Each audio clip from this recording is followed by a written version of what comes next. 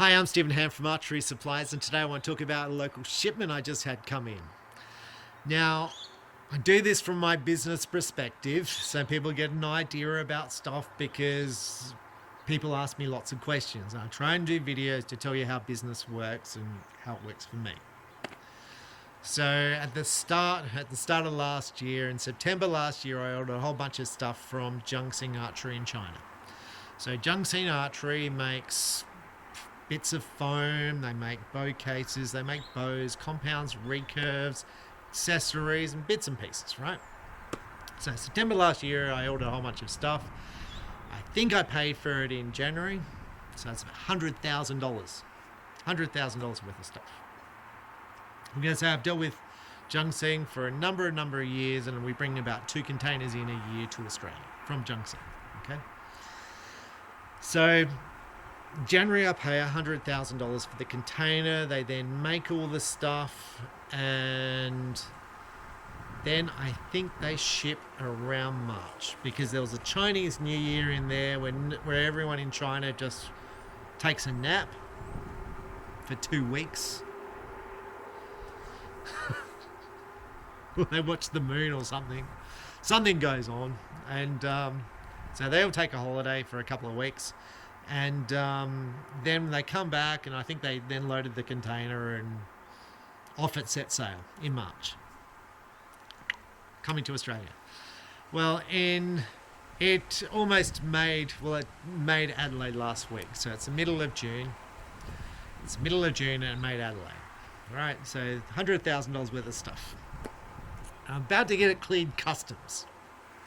Right, so I've got a guy, and I'm going to say before that stage, I had all this backwards and throwing from my customs person with the Chinese person, because they wanted an invoice, they wanted a packing declaration, they wanted a certificate to show that it was made in China, and they weren't happy with the packing declaration because of something, and they weren't happy with something else.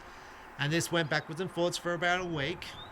And in the end, I said, don't pick up the stuff until they've got all the documentations. I'm very clear, I don't need this in my life, okay?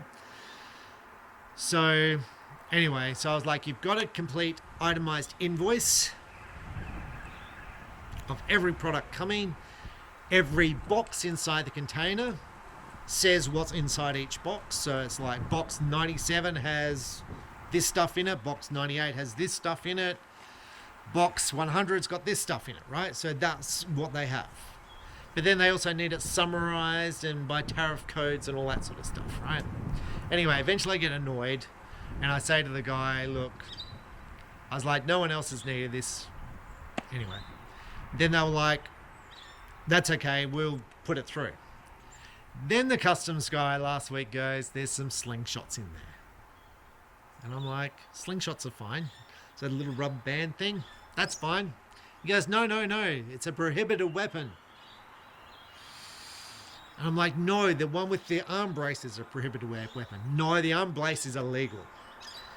This is now a prohibited weapon, and this is the section. So he sends me through the thing on the little section to say they're prohibited weapons. The way I read it is it's got a trigger mechanism. If it's got a trigger mechanism, then it's a prohibited weapon. But that's not the way he reads it. So inside this container, there's $200, $100,000 worth of stock. There's $200 worth of slingshots inside that container. $200. It's in box 96. Box 96 has got the slingshots in it. And he's like, that's prohibited, and you don't have the time now to get the prohibited form done from the police, right?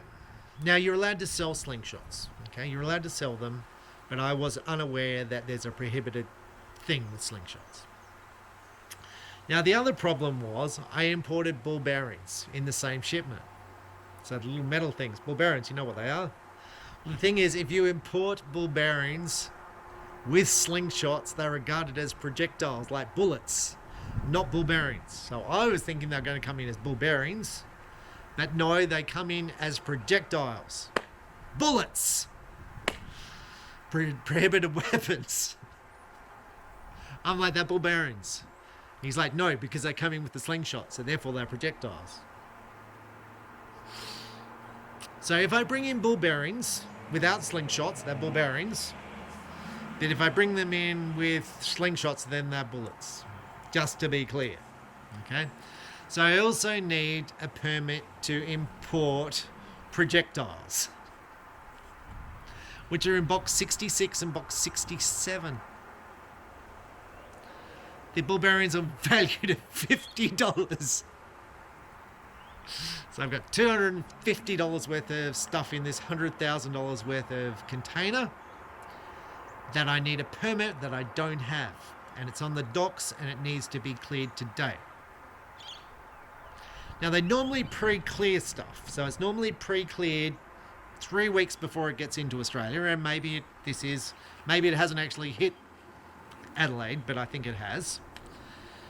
And I'm like, well, if I can get into the container, if I can open the container, I can find you box 66 and box 99 and give you those boxes and they can destroy them. Doesn't work that way, he says, because it's a secure area, so you're not allowed in there. So how does it work? Well, it means the customs officials need to go through and open up the container, unpack the container, find box 66 and find box 99, and then take those out and repack the container. And I'm like, how long is that going to take? And how much does it cost? He goes, probably around $3,000. Probably around $3,000. Probably. Could be more, is what he says. I said, how much is it to return the container to China? And let them unpack the container and let them pull out the slingshots and their projectiles. He goes, $1,500. So it's cost me $1,500 to get the container here. $1,500 to send the container back. So we're sending the container back. So it's sailing back to China, but also I've got to put down a deposit. I've got to put down a $6,000 deposit for some reason when I send it back, which I'll get back apparently for some reason. I don't know what it is, but that's where it's at. So the thing is, if you're importing these $200 slingshots, my customs broker said, is when you open the container, you want the box to be near the door so they don't have to go through the whole container, because customs may flag it as they want to have a look because it's on the list of prohibited weapons to make sure it's not one of the illegal slingshots. There's a picture of the slingshot, right? It's a basic slingshot. And I'm like, okay, so this container is sailing back to China. So it'll get back to China around September. It will then be driven to the factory, Jiangxing, where the people in the factory will probably hate on me.